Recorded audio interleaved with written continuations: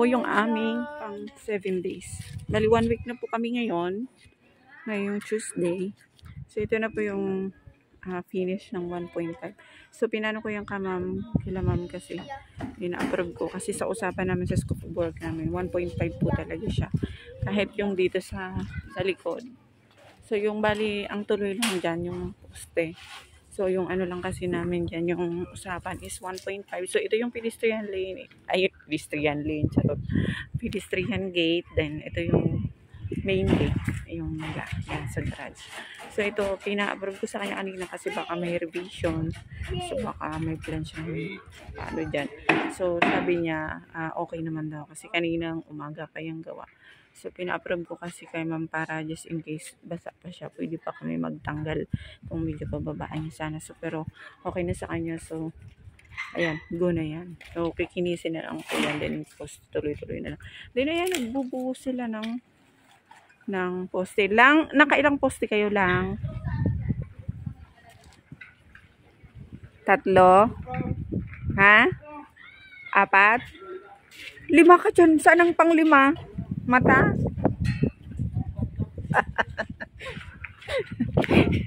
Lima ka. Makalima kayo, 7 lang tong bubuhusan mo eh. 3 pa tong nakikita kong skeleton pa lang. Ayan. So ito siguro yung pang-4 na bubuhusan nila. Yan yung inaano pa ng formas. Pero pupurmas pa yan. Baka bukas na talaga yan kasi ano na eh. Mag-aalas 5 na. So, ayun yung natapos nila dun sa likod. So, ito yung 1.5. Itong sa gilid. Then, ito yung parang nagkaroon kami dyan ng pinaka-breaker para po hindi naman yung pinto. Pag silip ng pinto, dito na agad. So, parang may ganito pa siya. Ito, breaker yung tawag namin dito. Yan. Breaker or extended firewall. Hindi nga sure. Extended firewall. Charot. Extended wall. Yan. So, ayan. And binubuhusan muna tubig bago buhusan ng halo. Yung nakita nyo binuhos doon. So, may natira pa kasi sila pala. Ilang timba pa lang natira?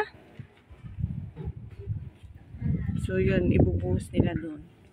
Iubos lang nila yun. Then, hindi naman kasi yan kung bukas ituloy. Mas okay yung para matigas na yung sa baba. Tinuloy yung pagbubuhos. So, ayun, ito. Meron nga kaming extended, wall na bago magpinto. Para pagbukas naman ng pinto, may harang muna. Hindi agad kita sa kabila. So, tapos yung, yung bubong niya, hanggang dyan na din. Para hindi mabasa yung Opo, binuhusan nila tubig. Hindi mabasa yung pinto at saka doon sa may bintana. So, may lang dito sa may pina-revise lang. So, bali, ang approve niya kanina. Ito, open area lang to. After nung na yan, yung extended wall na yan. So, na yan dyan. Hanggang dyan lang yung roping. Kasi dapat hanggang dito siya. So, hanggang dyan na lang yung roping. Open lang tong area na to. Then, simula dito, papunta doon. Roping ulit. So, yun lang yung yun lang naman yung pina-revise nila. So, ako naman is open for revision. Hindi na pag-usapan na namin kanina yung para sa gate. Yung kanyang design. Iba sana yung design ni ma'am. Ay, eto pala.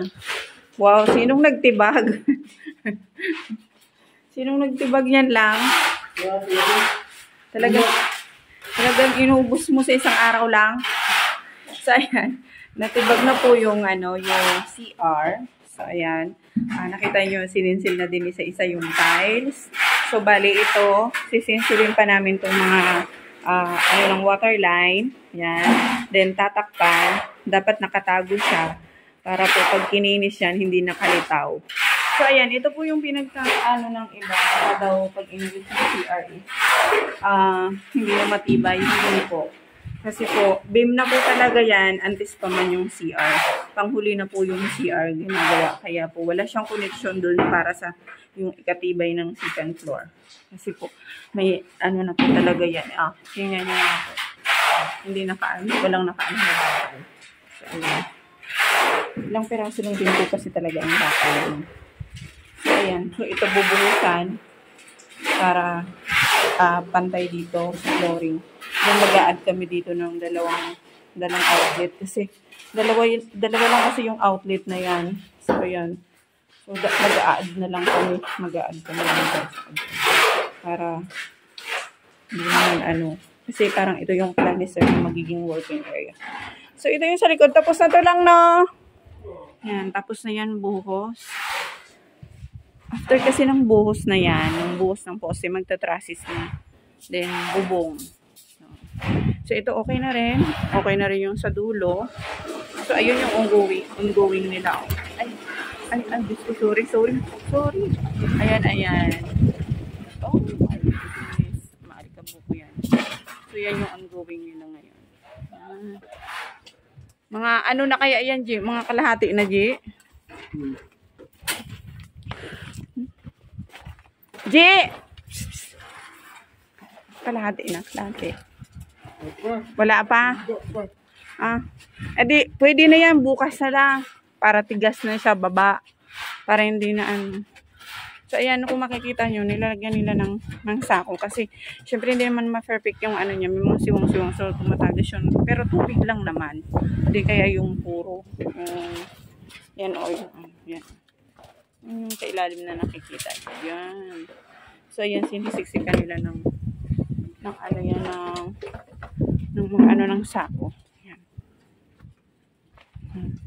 So, bali tatlo na lang. Ay, itong poste na ito, isa, tapos yung tatlo dun sa harap bukas. Then, after nun, ano na kami, magta-trusses na. Ngayon po ang aming 1 week. 1 week na po namin